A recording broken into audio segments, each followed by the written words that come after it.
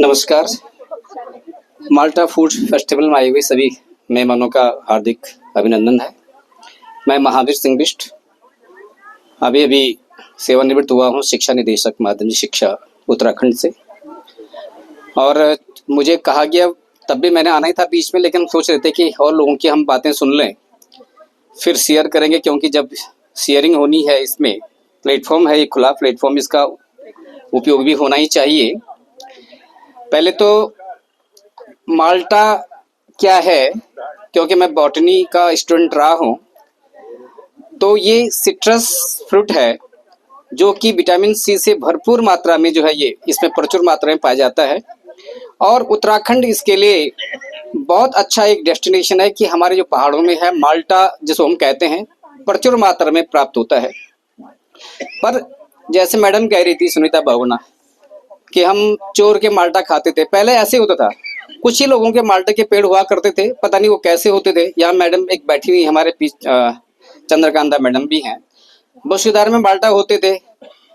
तो जिनके माल्टा होते थे, ये पता नहीं था कि माल्टे के पेड़ लगाए भी जाते हैं। पता नहीं माल्टा हो गया, भगवान जी ने बना दिया ये माल्टा। तो बाकी लोगों के पास कोई ऑप्शन था भी नहीं माल्टा खाने का, बिकते भी नहीं थे, बिकते थे तो महंगे होते थे, बच्चे फिर खा नहीं पाते थे, तो चोरी करना एक साधन था कि भाई चोर करके माल्टा खा दो।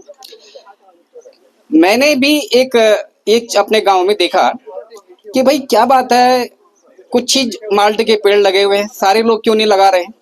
तो पहली बात तो यह है कि पहाड़ों में मार्केटिंग की कोई व्यवस्था जब नहीं थी, तो लोगों को लगता था ये माल्टे के पेड़ भी बोझ नजर आते। जब माल्टा हो जाता था तो फिर रिश्तेदारों के झोलों में भरो, उनको बुलाओ, आ जाओ भाई माल्टा ले जाओ। और बंदर फिर जो है बिना बुलाए बंदर पहुंच जाते हैं, चोर भी पहुंच जाते हैं। जैसे कह रहे हैं, कभी कभी हम पत्थर फेंक रहे हैं माल्टे पे और वो पत्थर माल्टे के जो मालिक के ऊपर लग जाता था। तो उसको लगता था यार ये माल्टा क्यों मैं पैदा कर रहा हूँ। मैंने भी अपने गांव में एक अलग जगह थी इसी माल्टा और ये सब पेड़ लेकर के, कि हमने कहा यार गांव में कैसे मैसेज जाएगा कि ये माल्टा का पेड़ या जो नींबू का पेड़ है ये जरूरी क्यों है। लोग मांगते ही खाते हैं, तो लोगों को पता लगता नहीं है इसकी आवश्यकता क्या है। तो मैंने थोड़ा सा एक इनोवेशन ये किया। मैं कुछ टीचर था उस समय बसूधार इंटर कॉलेज में, तो मैंने अपने घर में जितने, क्योंकि मेरे भाई साहब भी उद्यान विभाग से थे, बड़े भाई साहब, तो नेचुरली हमको पेड़ तो मिल ही जाते थे, तो उनका जोर उद्यानीकरण पे होता था। हम अपने घर में काफी कुछ हमने उद्यान बना रखा था। तो ये लगा कि गांव वाले भी माँ से मांगने आ जाते कि एक नींबू का दानी दे दो, या ये दे दो, आम दे दो, वो दे दो। हमारे गांव में तो ऐसा था कि आम भी होता है तो माल्टा भी होता है, हर चीजें होती हैं, जरा कुछ क्लाइमेट ही वैसा था। तो मुझे लगा कि यार गांव वाले खाली मांगते हैं, अब मांग के ही खाते हैं, इनके लिए ये महत्व इतना है इसका। मैंने अपने माल्टे या अपने नींबू, ज्यादातर नींबू था, नींबू मैं जो है मार्केट में ले जाता था, और मार्केट में मैंने सब्जी वाले से बात करके थी, मैं तुझसे पैसे नहीं लूंगा, तेरा नींबू जिस भाव बिक रहा है वही नींबू तू मुझसे ले ले, और मुझे आलू और प्याज जो घर में नहीं होता उस समय वो तो मुझे दे दे। तो जब मैं आलू प्याज घर लेता जाता तो माँ को भी लगा यार इसका मतलब ये इंपॉर्टेंट है, ये पेड़, ये ऐसे नहीं बांटना है कि महावीर जो है माल्टा ले जा रहा है, वो नींबू ले जा रहा है और नींबू के बदले जो है सब्जी लेके आ रहा है। धीरे धीरे लोगों को लगा यार ये तो ऐसा कर रहे हैं और इनके पास सब्जी आ रही, तो लोग लालयित हो गए, अच्छा इसका मतलब जरूरी है। फिर लोगों ने नींबू के पेड़ लगाने शुरू कर दिए। भाई साहब से ही कहा कि बेटे हमको भी दो नींबू के पेड़, तो नींबू के पेड़ लगाने की होड़ लग गई।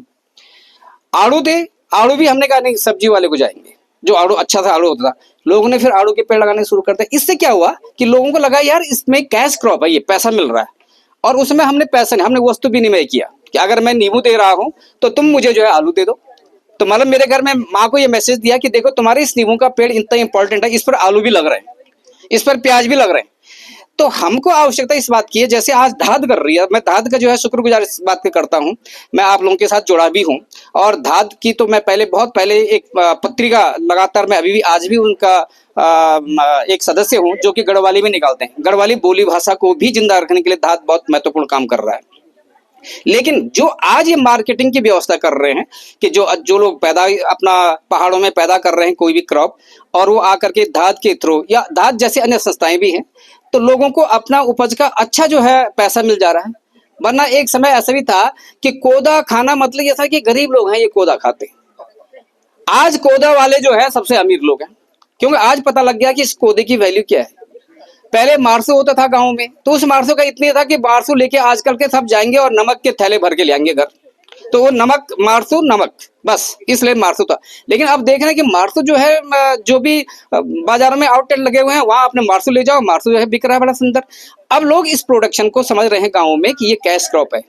नहीं तो केवल पहले क्या होता था, इसके समधी के थैले में रख दो, समदनी के थैले में रख दो, बस इतना ही तक था इन फलों का। तो फिर जब इसका यूटिलाइजेशन इतना ही था तो लोग इनको लगाते नहीं थे। लेकिन अब लोगों को मार्केट मिलने लग गया है, तो हम लोग मिलकर के, जो लोग बाहर हैं, हमारा एक परम दायित्व बनता है कि जो भी पहाड़ों से कोई भी अगर यहाँ पर आता है कोई क्रॉप, कोई फसल ऐसी, और अगर इस तरह के कोई आउटलेट कहीं पर है तो हमें वहां पर जाना चाहिए, खरीदना चाहिए, क्योंकि ये पैसा उन तक पहुंच जाता है। तो ये हमारा, जो हम लोग देहरादून में है या हल्द्वानी में बाहर है बसे हुए, तो अगर हम ये कर लेंगे कि उनका जो प्रोड्यूस है वो हम खरीद लेंगे, तो वो पैसा उन तक पहुंचेगा, तो उनकी आर्थिकी अच्छी सुदृढ़ होगी और फिर वो करेंगे भी, ऐसा काम करेंगे। और मुझे ये भी है कि धाद को भी मेरा ये कहना था कि सबसे बढ़िया, मैं थैंकफुल धाद का इस बात से हूँ कि आपने स्मृति वन का एक विचार रखा। तत्कालीन जो मुख्यमंत्री जी थे त्रिवेंद्र रावत जी के साथ, उन्होंने एक लैंड दी, उन्होंने कहा कि आप पितरों के उसमें याद में यहाँ वन लगवाइए। तो मैंने भी अपने पिताजी और माँ जी की याद में यहाँ पर 2 पेड़ लगाए हैं। जब मैं डायरेक्टर और उससे पहले एडिशनल डायरेक्टर या अन्य अन्य पदों पर रहा हूँ, तो हमारे शिक्षक जो है अपनी एसीआर भरते थे, और उस एसीआर में बगड़ा मैडम हिला रही हो, समझ रही है इस बात को, कि पेड़ वृक्षारोपण 500 पेड़ लगाए, 1000 पेड़ लगाए, और एक टीचर को 30 साल हो गए, पता नहीं कितने हजार पेड़ लगा दिए। और जब हम पूछते हैं कि अगर उनमें से 2 पेड़ मुझे दिखा जो तुमने लगाए हो, कहीं नहीं, ऑन पेपर वृक्षारोपण, क्योंकि उसका अहमियत उतनी थी ना कि भाई एसीआर में भर दो, हमने वृक्षारोपण किया। अरे भाई, वृक्षारोपण 30 पेड़ लगाने की जरूरत नहीं है, 300 पेड़ लगाने की जरूरत नहीं। आप जीवन में हर साल 1 पेड़ दे दो इस प्रकृति को, तो जितनी आपकी उम्र है उतने पेड़ अगर आपने दे दिए, तो एक पेड़ से कितनी ऑक्सीजन प्राप्त होती है, एक पेड़ से कितने जो है फल प्राप्त होंगे, कितने पशु पक्षी उससे जो है लाभान्वित होंगे, कितना जो है हमारी नेचर लाभान्वित होगी। तो इसका हिसाब बहुत लंबा चौड़ा, बहुत कुछ मिल सकता है। तो अब धाद ने ये चीज की है कि भाई आप पेड़ लगाइए, और उस पेड़ की रक्षा करने का जो बीड़ा है हम उठाते हैं, हम करते हैं। आपसे थोड़ा सा एक सुविधा शुल्क लेकर के और कोई लड़का रख करके तो आप पेड़ लगा रहे हैं। मैं देख रहा हूँ कई लोग अपने अभी ढूंढ रहे थे, मैडम लोग ये मेरे जीजा जी हैं, तो वो पेड़ के रूप में अपने जीजा जी को याद कर रहे हैं। इधर मैडम बैठी होंगी, कोई अपने, हाँ मैडम है बस बिष्ट मैडम जो है, बल्कि बड़ा अच्छा लगा कि उन्होंने कहा डॉक्टर महावीर सिंह बिष्ट की हम वाइफ हैं, सॉरी गोसाई बिष्ट मैडम, हाँ हाँ सर, हाँ। तो बड़ा अच्छा लगा याद, हमने भी डॉक्टर महावीर का नाम बहुत सुना था कि अच्छे डॉक्टर, मतलब इतना अच्छे डॉक्टर हुआ करते थे। आज लोग उनको अपने इन पेड़ों के रूप में ढूंढ रहे हैं, यानी अपने बीच फिर से उनको जीवित कर रहे हैं। कितना अच्छा वो है। हम लोग लाखों रुपए भागवत कथा पे लगा रहे हैं, और भागवत कथा का क्या हस्र है, केवल इसलिए जाते हैं एक दिन सूरत दिखाने के लिए, जिन्होंने भागवत कथा के लिए बुला रखा है, वो जरा देख ले, और फिर व्यास जी जो बोल रहे हैं सो बोल रहे हैं, हम 2-4 गप मार करके, कोई आरती के टाइम पहुंच जाता है, कोई बीच में पहुंच जाता है, फिर कोई निकल जाता, तब तक फोन आ जाता, डिस्टर्बेंस। तो भाई 8 लाख 10 लाख भागवत कथा में लगाने की बजाय अगर हम वनीकरण में लगा दें, और धाद जैसी संस्थाएं हैं अगर उनको हम सहयोग करें, जो लोग अपने आप से जो है, तन्मय मंगाई जी है, अपने आप से जो है इन लोगों ने बीड़ा उठा रखा है, खंडूड़ी जी है अपने आप से बीड़ा है, हमारी नवनी जी है, ये भाई हैं जो यहाँ पर रोज जो है ये आईटी एक्सपर्ट है यहाँ पर। तो भाई ऐसे लोग जिन्होंने अपने को इसमें स्वाहा कर रखा है, अपनी आहुति दे रखी है, अगर उनके साथ हम थोड़ा सा सपोर्ट कर देंगे तो उनको एक पावर मिलती है, एनर्जी मिलती है। तो वो एनर्जी देने का काम हम सब लोगों का है, और जहां जहां पर वो काम करते हैं अगर हम वहां पर साथ होंगे, क्योंकि देखिए आदमी अकेला भी बहुत है काम करने के लिए, लेकिन जब उसके साथ तालियां बजती हैं और बहुत सारे लाइन लगती है, तो फिर उसको लगता है कि हाँ मेरे फॉलोअर्स भी हैं भाई, यानी मैं जो जहां मैं जिस डायरेक्शन में हूं मेरा डायरेक्शन सही है। इसके लिए उनको जरा फॉलोअर्स भी चाहिए होते हैं। तो हम लोगों का काम है कि हम फॉलोअर्स बने, और जब जब उनको ऐसी काम वो कर रहे हैं, बहुत तरह के काम करते हैं, माना मैं तो तरह तरह के एक्टिविटी से जुड़ा हुआ हूँ, इनके पेड़ लगाने से लेकर के और कल्चरल एक्टिविटी से लेकर के। बल्कि मैंने कहा भी है कि अब हम लोगों का ध्येय ये भी होना चाहिए। लोग कहते हैं कि साहब पलायन हो गया, पलायन हो गया। भाई पलायन तो समय की मांग होती है, कोई बड़ी बात नहीं है। पलायन पहले भी होता रहा है, और गांव से लोग आ रहे हैं, कुछ लोग गांव में है, लेकिन हमारा ये था कि दास संस्था को भी मैंने कहा था, और हम लोगों को भी उसमें आगे आना चाहिए कि अगर देहरादून में नहीं है जगह तो हम पहाड़ों की ओर भी चलें, क्योंकि अब पहाड़ों में हमारे खेत वीरान हो गए। उन खेतों में आवश्यकता है कि भाई अगर हम कहें जब सारे परिवार चले गए हैं बाहर, तो भाई उन पेड़ों को बंजर क्यों छोड़ें, वहां हम वृक्षारोपण कर लें ना। तो गवर्नमेंट के साथ में एक ऐसा भी होना चाहिए, एक ऐसा मूवमेंट भी चलना चाहिए कि ठीक है, गवर्नमेंट कहती है जो लोग 10 साल से जो है अपने गांव में नहीं है, 15 साल से अपने गांव में नहीं है, उनकी लैंड पे वृक्षारोपण होना चाहिए। क्यों फालतू में पड़े हैं वो लैंड भाई। तो अगर वहां ये हो जाएगा तो हमारे पहाड़ अगर सरसब्ज रहेंगे, वहां पेड़ पौधे रहेंगे, वहां जीव जंतु रहेंगे, तो कोई बात नहीं, हम देहरादून से जाकर के बीच बीच में जाते रहेंगे, उनको देखने तो अच्छा लगेगा, हर्ष लगेगा। लेकिन अगर गांव उबड़ खाबड़ हो गए और उनकी जमीन में भी कुछ नहीं हो रहा है, भाई गेहूं चावल की बात जो करते थे वो समय गया अब, क्योंकि हम तो परंपरागत खेती कर रहे थे। और वो परंपरागत खेती मैंने 1986 में जब एमएससी किया था, तो मैंने पहाड़ों में जो गेहूं पैदा किया जाता है उसकी कॉस्ट निकाली थी, उसका इवैल्यूएशन किया था। तो उस समय जो गेहूं हम प्रोड्यूस कर रहे थे पहाड़ पर, तो वो गेहूं 28 रुपए किलो गेहूं हम प्रोड्यूस कर रहे थे उस समय 1986 में, जबकि मार्केट में 2 रुपए किलो में गेहूं उपलब्ध था। तो जब मार्केट में गेहूं 2 रुपए किलो उपलब्ध है, तो फिर हम पहाड़ में 28 रुपए किलो गेहूं पैदा कर रहे हैं।